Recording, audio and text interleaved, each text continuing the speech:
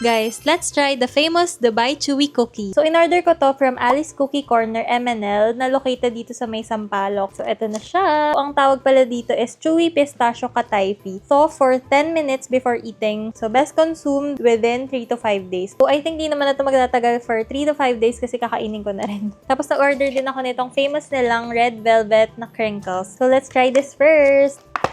Tanan! This is how it looks like. So, more than 10 minutes ko na itong na-to.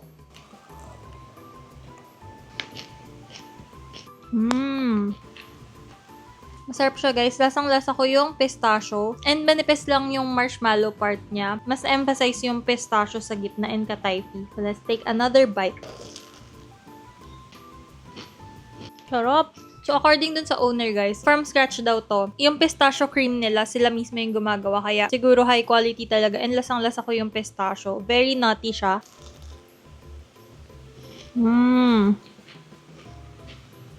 Hindi siya sobrang tamis kasi manipis lang yung marshmallow part. And mura na siya, guys, sa 190 pesos for 2 pieces. Kainin ko na rin ng red velvet crinkles. So, ito yung double stuffed. Sarap, guys. And 2 layers siya ng cream cheese filling. Ayan, 240 pesos for 8 pieces ang double stuff. Sarap talaga nito.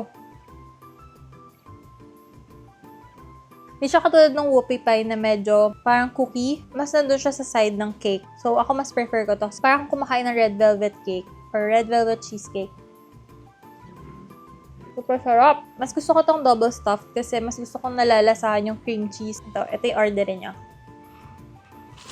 Sarap nito. Nagko-comment. Sarap daw. Message nyo na nga lang sila guys sa socials nila kasi highly recommended talaga. Thank you so much sa pagsama sa aking cravings and see you on our next one. Bye!